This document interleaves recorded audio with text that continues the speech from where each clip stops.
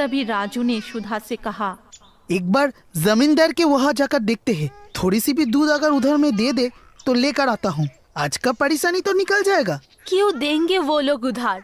जमींदार जी कभी अपना नुकसान नहीं करेंगे। पैर पकड़ लूंगा, शायद तरस खा के दे दे, एक बार कोशिश करके देख लेता हूँ। ये कह के राजू जमींदार के घर जाने के लिए निकल जाता है। उधर जाके वो जमींदार से कहता है, मालिक मुझे आज थोड़ी दूध उधर में दे दीजिए, मैं धीरे धीरे पैसा चुका दूंगा, लेकिन आज के लिए मुझ जैसे गरीब पर एहसान कर दीजिए। हाँ हाँ हाँ, तुझे देने के लिए ही तो मैं सुबह से बैठा था यहाँ पे। हैं? मुफ्त में देने के लिए ही तो मैंने अपना व्यापार खोला है कि नहीं? नहीं मालिक, ऐसा बात नहीं है, अगर दया करके देते तो भगवान आपकी भला करेंगे। नहीं चाहिए मुझे तुम्हारी भगवान की भला, मैं खुद अपना भला कर सकता हूँ। अब एक काम करो, निकलो यहाँ से, मेरे समय जो है ना वो बर्बाद मत करो। सुबह सुबह सब मुंह उठा के चले आते हैं यहाँ पे। अरे ठेका लेके बैठा हूँ क्या मैं यहाँ? फिर राजू दुखी होके वहाँ से चला आता है। रास्ते भर उसके आंखों से आंसू टपकते रहे। मन ही मन वो बोलता रहा, एक दिन जरूर किशन भगवान जी हमारे ऊपर दया करेंगे। एक दिन सुबह जमींदार देखता है एक गाय की तबीयत खराब है और उसकी शरीर पूरा सूज गया है। फिर जमींदार उसके दूध निकलने की कोशिश करता है, लेकिन दूध की एक बूंद भी नहीं निकलता है। तभी जमींदार बहुत गुस्से में आके गाय को घर से निकल देता है। वो गाय जमींदार के वहां से निकल के रास्ते में घूमते घूमते राजू के घर के सामने आती है और राजू के आंगन में घुस के सामने जो पानी रखा था वहां से पानी पी लेती है। तब राजू बहुत दुखी होके अपने आंगन में ही बैठा था। गाय को पानी पीते देख राजू सुधा को अंदर से बुलाता है। गाय को देख सुधा राजू से कहती है, कृष्णा जी ने ही इसे भेजा होगा हमारे घर पे, इसे रख लेती हूँ। दिमाग खराब हो गया क्या तुम्हारा? पागल हो चुके हो क्या? गाय पालना कोई मामूली बात तो है नहीं, क्या खिलाओगे इसको? जिसने इसे भेजा है वही जुगाड़ भी कर देंगे, आप इतने चिंता मत करो, इसे तो मैं ही रखूंगी। सुधा गाय की बहुत सेवा करती है, खुद भूखी रहती है, लेकिन गाय को जैसे तैसे करके भी खाना देने लगी। देखते देखते कुछ ही दिनों में गाय का तबीयत में सुधार आ गया, वो एकदम तंदुरुस्त हो गई। इस दिन सुधा जब रात में गहरी नींद में सोई थी, तभी अचानक उसके सपने में किशन जी आते हैं और सुधा से कहते हैं, तुम लोगों से मैं बहुत संतुष्ट हूँ। तुमने अपने घर में जो गाय को आश्रय दिया था वही अब तुम्हारे जिंदगी में सुख और शांति लाएगी। कल से वो जो दूध देगी उसको बेच के तुम जिंदगी गुजारना।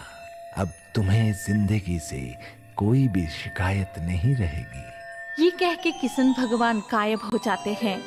रात को ये सब सोच के सुधा को ठीक से नींद नहीं आती है। सवेरे उठ के सुधा पहले राजू को सब बताती है। पूरी बात सुन के राजू गाय के पास जाके दूध निकलने लगता है। तभी वो लोग देखते हैं एक पीले रंग के घने सुनहरे दूध दे रही है वो गाय। ये देख के वो दोनों बिल्कुल चकित हो जाते हैं और किशन भगवान का नाम जपना शुरू करते हैं। तब से राजू ये दूध पूरे गांव में बेचने लग पड़े और उससे इसकी मोटी कीमत भी मिलने लगी। कुछ दिन ऐसे ही निकल गया। फिर एक दिन सवेरे जमींदार की पत्नी माया उनके घर के सामने से गुजर रही थी। तभी वो राजू की घर के अवस्था का सुधार देख के चौंक गई और घर के अंदर आके सुधा से पूछी, अरे वाह सुधा, तेरे घर तो काफी अच्छी दिख रही है, बात क्या है? कुछ खास नहीं दीदी, ये सब गौ माता और कृष्ण भगवान के आशीर्वाद ही है। अच्छा, तुम लोग दूध बेच रहे हो, मुझे नहीं पिलाओगे? क्यों ना पिलाओ दीदी, अभी देती हूँ। फिर सुधा माया को दूध पीने के लिए देती है। माया दूध पी के स्वादिष्ट दूध की तारीफ करके घर चली जाती है। गाय के चेहरा में सुधार आने की वजह से माया गाय को पहचान नहीं पाती है। रात को माया जब गहरी नींद में थी, तभी उसे सपने आती है। सपने में किशन भगवान उससे बात करते हैं। तूने मेरे आशीर्वादी दूध पिया है, तभी तो तू मां बनेगी। गाय मेरे दोस्त हैं, वो हमेशा मेरे साथ रहता है। और तेरे पति वही सब गाय के दूध में पानी मिलाकर उसे बेचता है, लोगों को ठगता है। एक गाय को तो उसने मार के भगा भी दिया था, लेकिन तू उसे रोकने की कोशिश करता है, और इसलिए मैं तुझसे बहुत संतुष्ट हूं। और इसीलिए मेरे आशीर्वाद से तू अब मां बनेगी। अब दूध बेच के राजू अमीर बन गया है। वो अपने लिए बहुत खूबसूरत एक घर भी बना लिया। उन लोगों की अब कोई दुख नहीं है। इधर माया और जमींदार भी बहुत खुश है। वो लोग राजू के घर आते हैं और किशन भगवान का सपना वाला सारी बातें माया सुधा को बताती है। फिर वो सुधा से कहती है, तूने मेरी जिंदगी संवार दी। तेरी गाय की दूध पीकर ही मुझे इतनी बड़ी खुशी प्राप्त हुई है। मुझे माँ बनने की खुशी मिल रही है। मैं जिंदगी भर तेरी आभारी रहूंगी। तब जमींदार भी राजू से कहते हैं, मुझे माफ कर दे तू राजू। एक दिन सिर्फ एक ग्लास दूध के लिए मैंने तुझे बहुत बातें सुनाया था और दूध भी तुझे नहीं दिया था। एक बच्चे से मैंने दूध छीना था।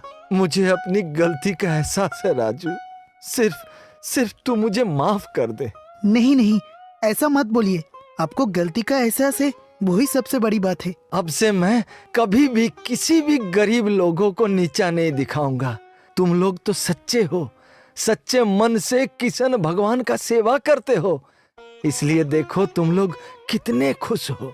अब से हम सब लोग मिलकर एक साथ गांव के सारे लोगों का सेवा करेंगे। हाँ, ये आपने बहुत अच्छा सोचे है। इसमें मैं आपको पूरा साथ दूंगा। क्यों ना गांव में एक कृष्णा जी की मंदिर की स्थापना किया जाए। वहाँ रोज 4 दफा पूजा करेंगे और जिन औरत को माँ बनने की सुख नहीं मिल पाई है, उन्हें भी कृष्णा जी की आशीर्वादी दूध पिलाया जाए।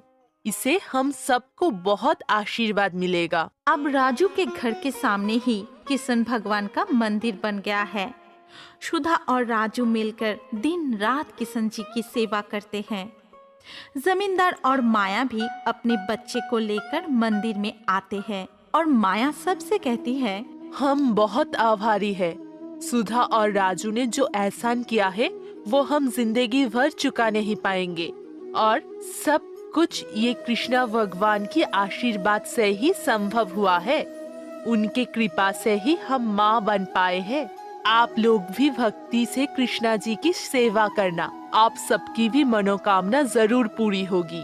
तभी वहाँ उपस्थित सारे लोग मिलकर एक साथ किशन भगवान के नाम जपते हैं। ऐसे करके सुधा अपनी दोस्त मुन्नी को सारी कहानी बताती है।